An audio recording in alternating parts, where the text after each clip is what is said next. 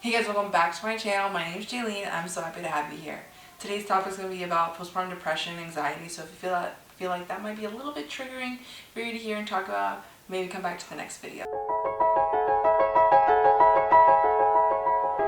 Okay, this topic might be a little bit more serious but this is something that I've been wanting to talk about and really dive into, because although it is talked about in the media, I feel like we should probably go a little bit deeper in talking about it. So the topic is, like I mentioned in the beginning, postpartum depression / postpartum anxiety, and literally any kind of other mental health issues that one may deal with while postpartum. This is especially for those who may already be struggling with mental health problems, or just overall with their mental health, even before being pregnant, before a kid was even like pictured into it. So if you're already struggling, there's something to know is if you are already struggling with mental health issues, like anxiety, depression, compulsive thoughts, intrusive thoughts, all that stuff before you were pregnant, you will be more susceptible to developing those or having those even more postpartum. That's what my doctor told me, and I was like, I kind of was already prepared for it. I knew what to be looking for. I knew what I might be struggling with, and I thought I knew how to cope. Essentially, I thought I really knew how to cope. I thought I knew all my tactics, but for some reason, postpartum really hit me like a truck. I say for some reason, but I'm sure it hits everyone like a truck, but I think it hit me in ways that I didn't think I would be struggling with. A lot of it was centered around my baby, like, is my baby okay? Obviously. When I hear postpartum, or when I did hear postpartum and mental health, I thought it would really be more concerned about me, like, oh, am I doing this right? Like, am I okay? Like, what am I struggling with? But really, I was more concerned about my baby. Was my baby breathing? Is my baby okay? What does my baby think about me? Mind you, my baby's 2 days old. Like, you know, a lot of irrational thoughts, a lot of intrusive thoughts. The anxiety for me was really bad at night, like really bad at night. The only thing that really kind of saved my ass, just to put it blunt, and really like kept me afloat was the outlet sock, just so I could really see his stats, because I was terrified. I was terrified of SIDS. I still am. Terrified of SIDS in the beginning. I would be waking up all throughout the night, making sure he was breathing. If he slept past 2 hours, I was up like a hawk hovering over him. I couldn't even really go back to sleep. You know what I mean? So it was a really, really big struggle, and I think it was until I was around 4 months postpartum where I was like, yeah, I need to get help. I need to go talk to someone. I need to go get medicated. I need to get put back on my meds or something. But the caveat for me was, can I take these meds while breastfeeding? Because we know that with certain studies and certain medications, the passage of medication to breast milk can be greater or it can be less than. And luckily, geez, can I talk? Luckily, the medication that I'm on is very, what do you call it? Like the percentage of the medication in the breast milk is very like low. So thank God for that. And plus, this was medication I had already been on, so the doctor was okay and comfortable with prescribing this to me. But I wanted to really just a little bit of background information. Now going into the meat and potatoes of this, I first want to start off, if you are struggling with thoughts of self-harm, self-exiting, or anything of that nature, please reach out for help. You are wanted, you are loved, you matter. You are a great mom, you are a great parent. You are doing everything you can and know how to do for your baby. Your baby just wants to be loved by you, cared by you, fed by you, or dad, or your partner. Diaper change, they do not need a lot of things, okay? Babies are super easy to please, so if you think that they don't have the newest stroller, they don't have the newest toy, the newest bottle, that you are using plastic over glass, you are using armadillo skin as their blanket and not pterodactyl skin, you are doing what you know how to do. As long as that baby is taken care of, that is what matters, okay? As long as they have a roof over their head, their bellies are full, and their diaper is changed, and they are loved, you're doing everything you are supposed to be doing. Do not let anyone tell you differently. Now, is it okay to better yourself? Of course. Is it okay to get help and get educated around certain topics, things about babies and motherhood and parenting? Yes, of course it is. Like, that is not, no one's saying not to do that. But if you were sitting here comparing yourself, we know that comparison is the thief of joy, okay? If you were sitting here comparing yourself, if you are really letting it hurt your mental health, stop. Go outside, touch grass, eat grass. I don't know what you gotta do.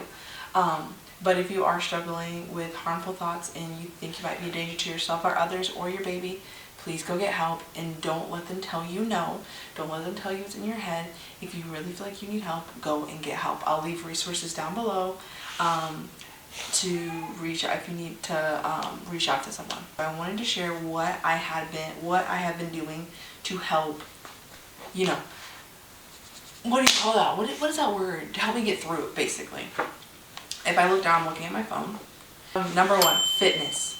And this does not mean I'm not able to go to the gym all the time, okay? This looks like daily walks, doing a Pilates video in my living room, going on my balcony and doing a workout. Set a goal for yourself and do not let yourself stop till you reach that goal. And then when you get done with that goal, write down exactly what you learned from it and then go teach somebody or set a new goal, okay? Next one is school.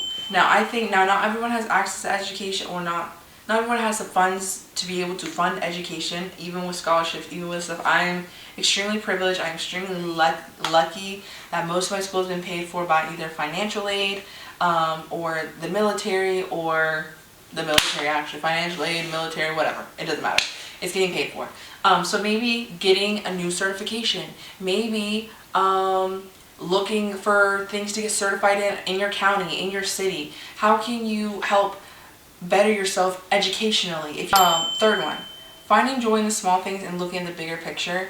I know for me, I struggle a lot with just looking at the now and forgetting, oh, my baby doesn't take bottles, for example. It's been a really hard thing because I don't have the freedom as other moms do to be able to go out and do things without my baby, which is fine. It's okay. It's a sacrifice, right?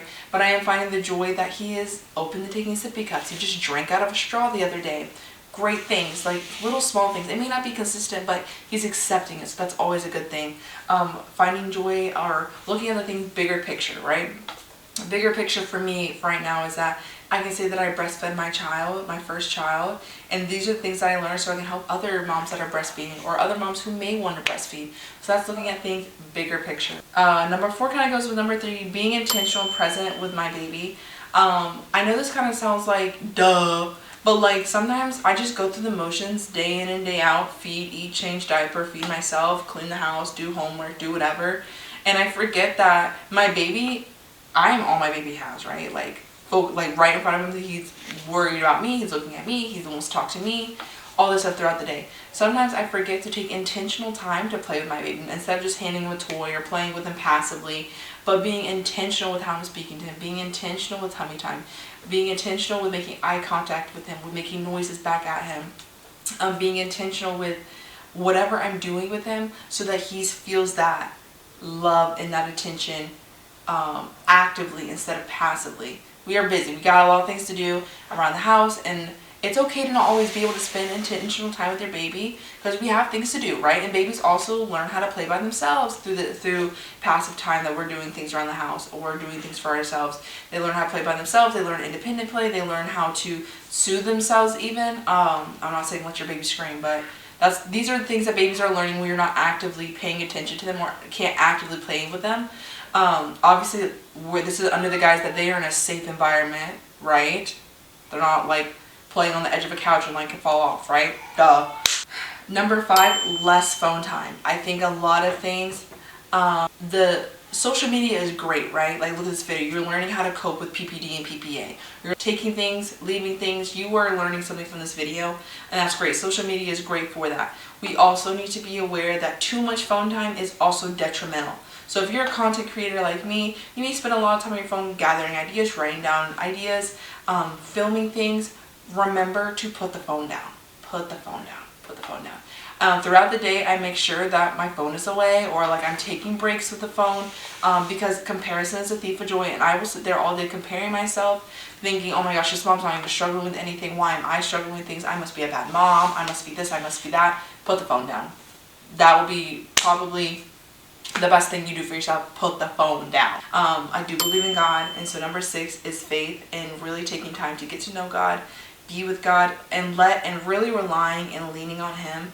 I notice that the enemy likes to attack in whichever way that he can, and sometimes with mental illness and with mental health and depressive and anxiety filled episodes and just seasons, the enemy is right there and he loves that. And so one thing that has been helping me battle through all this mental health stuff and postpartum and these hormone fluctuations and the needs and the wants and the everything you can think of, God is the most stable thing that I can rely on. And so I've been making sure that I can really rely on Him, and really leaning on Him.